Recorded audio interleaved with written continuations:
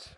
So we'll be talking about, let's say, four topics: the system in general a bit, the platform-specific topics, and then about the agent, and, as I just told you, also about the check plugins, but only a bit.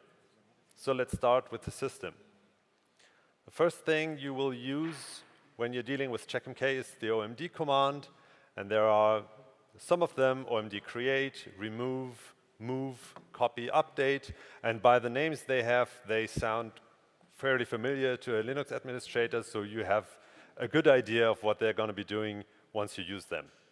So if you, for instance, used the move command, you would certainly expect it to move the site from the name test in this example to the name production, and then, or prod, and then you can seamlessly continue working with it. Now, if you try that out, you might observe that you can see doubled hosts, you may be seeing both sides, and you may be left unable to edit the new site. So that's certainly not what you would want to do. And the reason for that is that those worlds, the OMD world and the Checkmk world, are quite separated, and this is why this move command would not have the effect that you would want it to have. But we've built a bridge to the other world. So now when you do the move command, then it will not only, this is what it did before, it migrated the files that were initially installed via OMD create to the new site. But that's not enough. So what it now does is also triggers a script called post rename site, and that does all of the rest for you. So now it behaves as you would expect. There are some cases, and then I guess we're again in this 90% case. There are some rare cases where the script will not be able to migrate everything, but instead of doing a best guess and maybe messing up your site, it will just leave those things untouched and tell you about them. So the move command will either finish successfully and you're good, or it will tell you there are some things left yet we have to do manually. But apart from that, it will now work as you would certainly expect it to. And the other command that's probably even more familiar to you is the OMD update. Now we have always documented and recommended do not skip major versions when updating. You always update from one version to the next. You do not skip one. And yeah, as I just told you, we've always recommended that, and it's in the instructions. Well, that's not what happens, turns out. Because the problem is, you can skip the versions. And users were doing that thinking, well, what can go wrong? And it turns out, a lot can go wrong. So you can't do that anymore. We're just not having it, right? It breaks too much. So you can now update from 1.6 to 2.0. You can update from 2.0 to 2.1, but you must not skip any versions. So for instance, you cannot upgrade from 1.6 to 2.1. And in the same way, you won't be able to upgrade from 2.1 to 2.3. If you, for some weird reason that I wouldn't even know a reason for, have to do that, you can do that. You can specify the -f flag, which stands for force, and you can then update your site skipping versions, but we will not be supporting those sites anymore. And the reason for this is, as soon as we have this barrier in place, we have a proper definition of what this update script is supposed to be doing, what you can expect, and we as developers can focus on that and giving you the best possible user experience to have an upgrade that actually works without breaking stuff.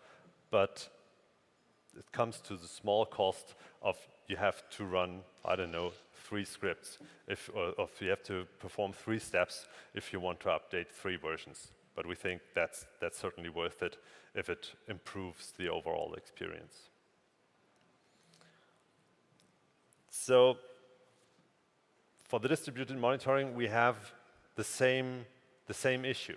When you update, we have to read the old configuration, transform it into the new configuration, and write it back to disk.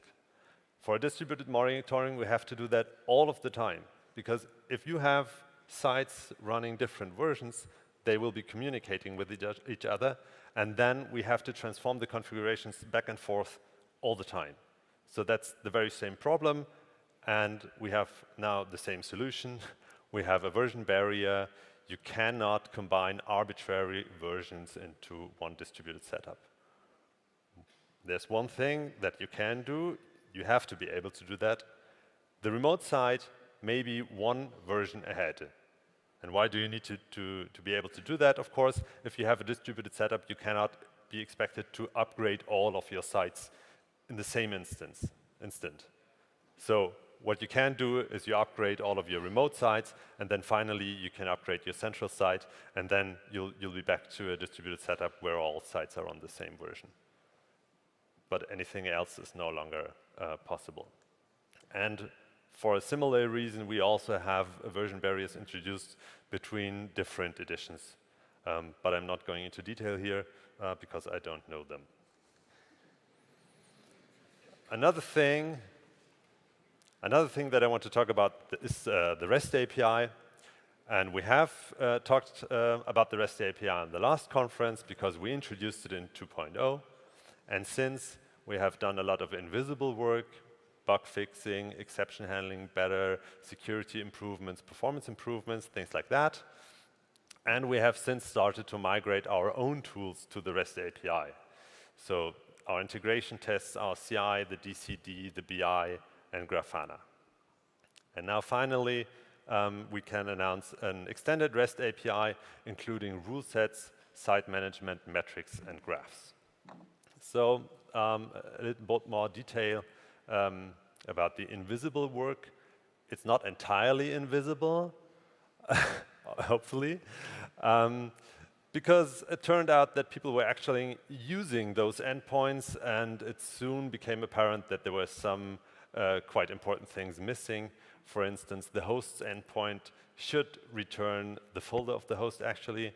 The bulk create operation should return the results and tell you which succeeded and which didn't succeed and why didn't they succeed. And if you ask for folders, you should also get all subfolders in the response. And those three things are basically the same reason. If you are scripting something and you're using those API calls, you need this information to do something meaningful when you continue working. So we added those. And then you can also now handle downtimes and acknowledge problems for distributed setups, which is also something that you will obviously want to do. And for the agent download, you no longer need to know the hash, which is, again, I think it was a developer-driven design decision. There's a single applause, thank you. It's not my work. But yeah, in hindsight, it's quite obvious that you would want to download the agent knowing the host name and not this configuration hash. So you can now do that, and you can also download the vanilla and generic agents. What we will be adding now is support of rules. So you can now do the obvious operations with the rules. You can list them, create them, delete them, show them. And coming soon, we're not there quite yet, move a rule. And for the rule sets, also you can search them and show them. So where does this leave us? You've already seen a similar slide. The REST API is now implementing almost everything the Web API implements. There are two small things missing, the site management and the metrics and graphs. We just didn't make it to the 2.1, but they will follow soonish and will not wait to the 2.2, but they will be delivered in a patch release. And apart from that, you can see that the REST API now can do everything the Web API could do and even a bit more. And you're probably guessing what's coming next. What does this mean for the Web API? Right. It's deprecated. It's time to migrate. So we don't need the Web API anymore. And the point of the REST API was to deprecate the Web API, and we are there now. So the Web API will continue to work with 2.1, but it will be removed in 2.2. So it's time to migrate. And we're doing this the way we usually do such things. When you upgrade your site, it will be enabled because you don't expect your update to break something, certainly not. But if you install a new site, 2.1, then the web API will already be disabled and you are encouraged to use the REST API. If you have to or you want to, for some reason, you can re-enable the web API using the global settings, but obviously we're not recommending it. We are recommending migrate your tools to the REST API as soon as possible, because the sooner you do it, you will have more time to fix eventual problems. Maybe it's our job to fix some problems. But then as well, we are happy if we have just a bit more time. So do that. That's for the system. Now we also have some news regarding the platforms. Another goodbye, actually, because CentOS is discontinued, as you probably know.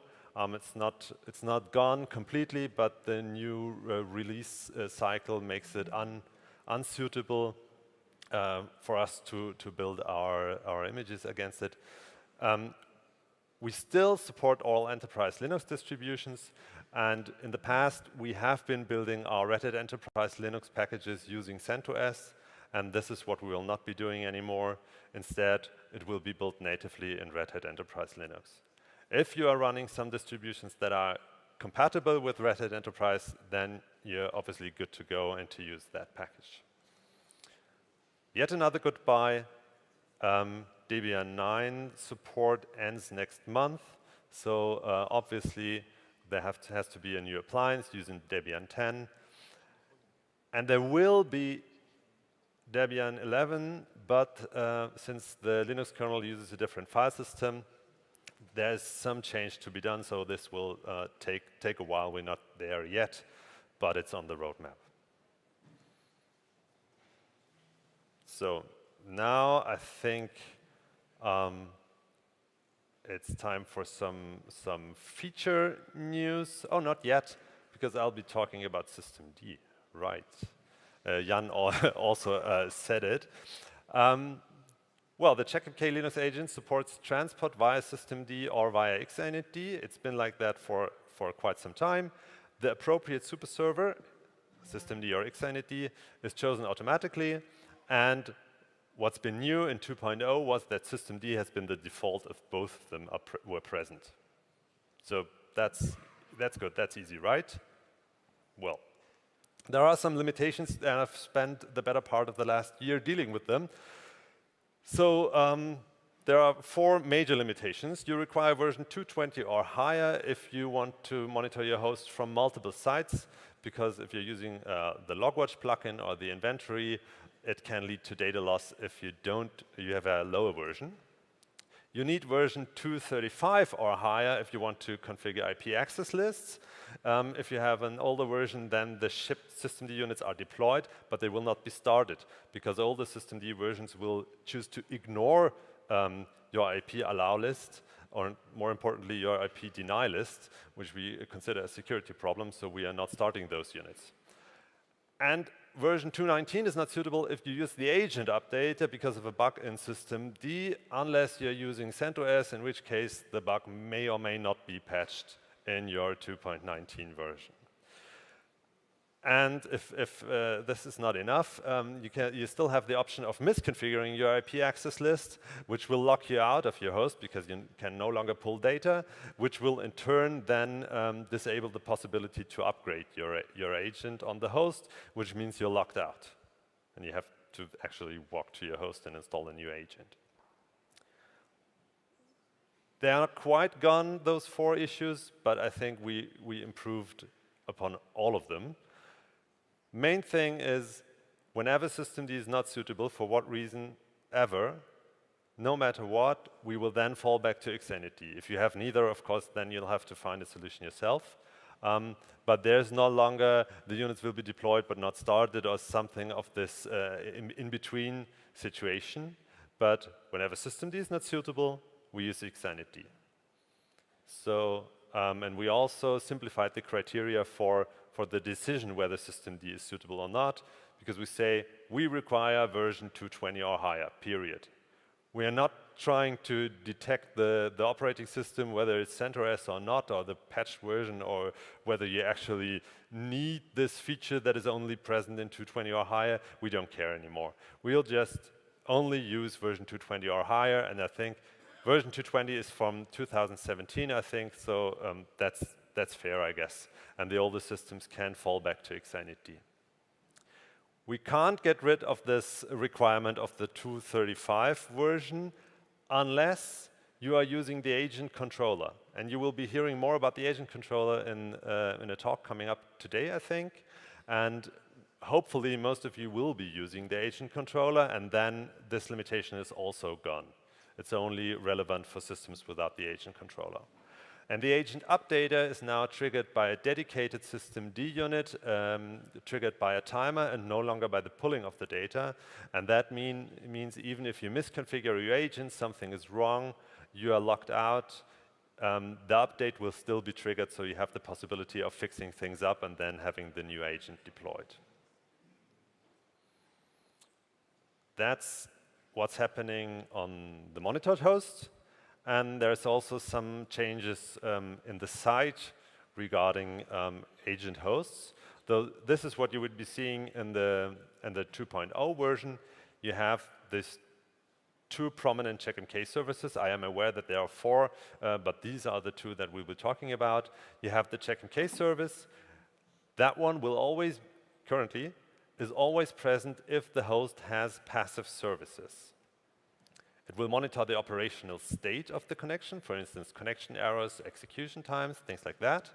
And it will also show you various agent installation properties, such as the before-mentioned IP access list, or the version of the agent itself, or the operating system of the monitored host.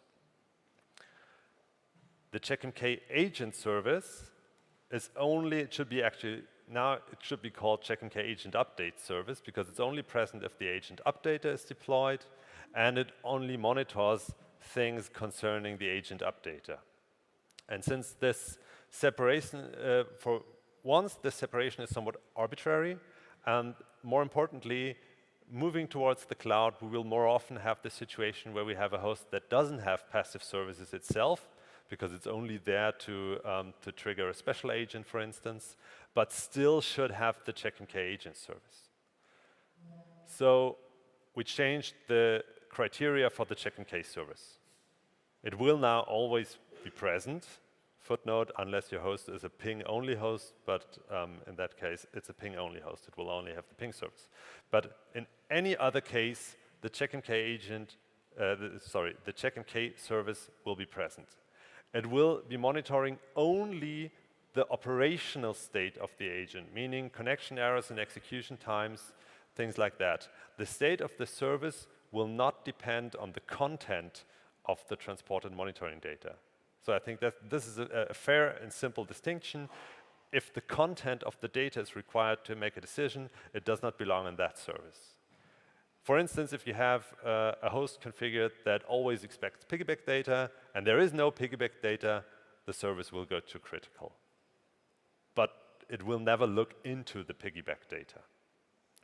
And the Checkmk agent service will now also always be present, and it will only monitor properties of your installation. So the agent version and operating system, the IP access list, those were present before, but they are now moved in the Checkmk agent service.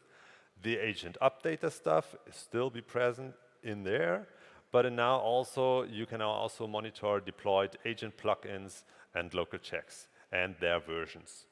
And you can configure all of that using a single rule set.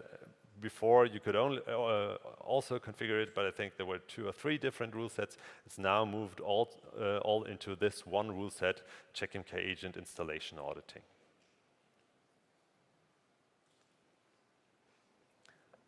Now, final thing towards the check plugins, and one topic that comes up very often is clustering of check plugins. So I'll talk about that now.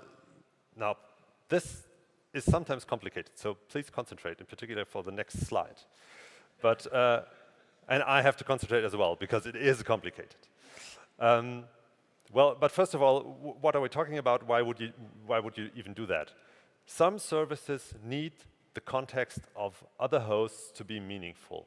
For instance, you might be monitoring users in your network.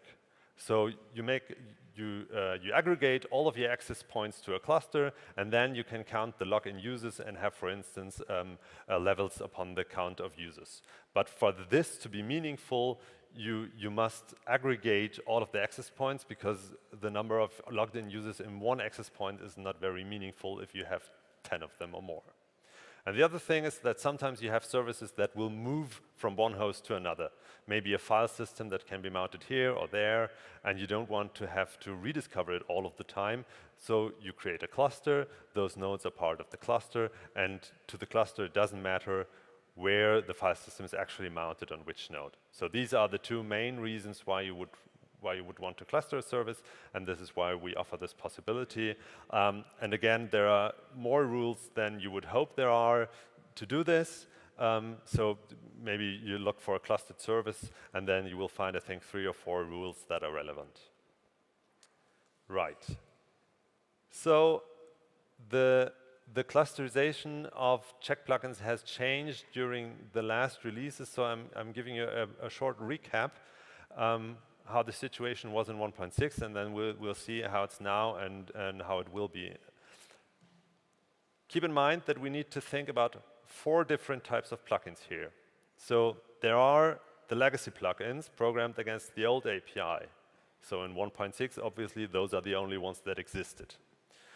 And there are the modern plugins programmed against the new API.